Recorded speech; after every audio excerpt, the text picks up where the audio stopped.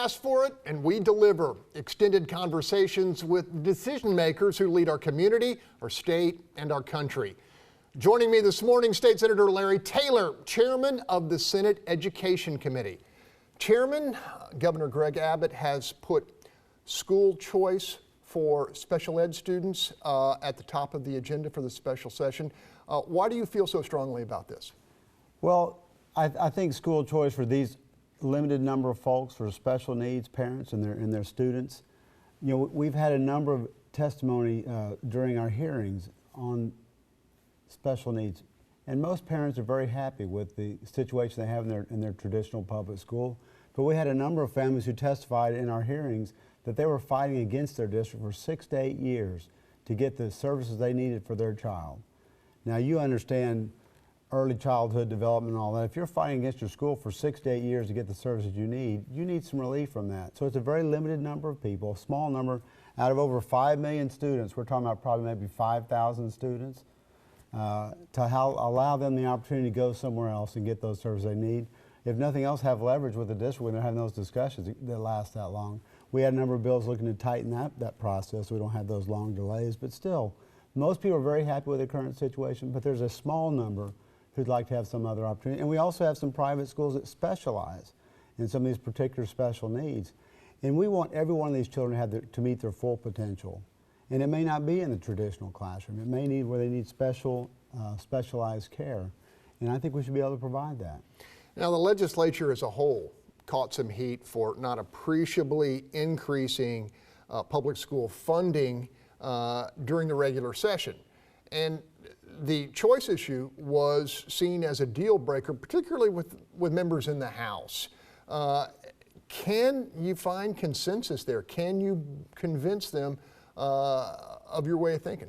Well, that's really was very disappointing because we actually had a bill that added about $500 million into public education. Everything from our hold harmless agreement that's expiring, the property tax called ASETAR. We had money for that. We had money for fast growth schools, had money for facilities funding for charter schools. We had a new allotment for dyslexia students. We had a grant for autism. We had a number of things in there. Getting rid of the small school district penalty. There were a lot of things that are a real $500 million, by the way, that was going into public school. And we had this little bitty thing on the end, special needs choice for probably 5,000, and that special needs actually came outside the school funding stream, and the savings from that program, because every child who took that actually saves money.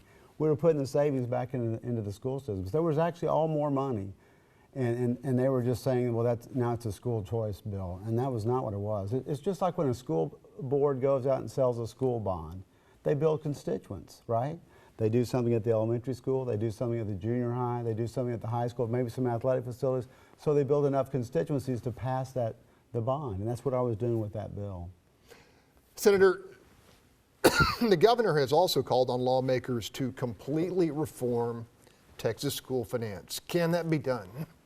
Oh, absolutely. You know, the Supreme Court has given us a great opportunity. When they made the ruling last interim that said our system was constitutional but really messed up and complex, they've actually given us an opportunity we've not had before. In the 14 years I've been in the legislature, we've either had a pending lawsuit that was before the Supreme Court, or we've had a Supreme Court decision that had a very prescriptive fix of what we had to do. So we built up this system over 40 years, very complicated, very few people fully comprehend the whole thing, and they actually cleared the air for us to go in and really look at our system. And let's bring it up in the 21st century. We have a cost of education index that hasn't been updated since 1990. Imagine, the cost of education has changed since 1990, but we've got all these things antiquated. We've got hold harmless agreements from 1993 and 94 still in the program. So it's time to take a look at it and frankly start over. Let's start from the ground up. Now we know the parameters the Supreme Court has laid out for us. Let's design a system that fits all those parameters and make it simple where more people can understand it.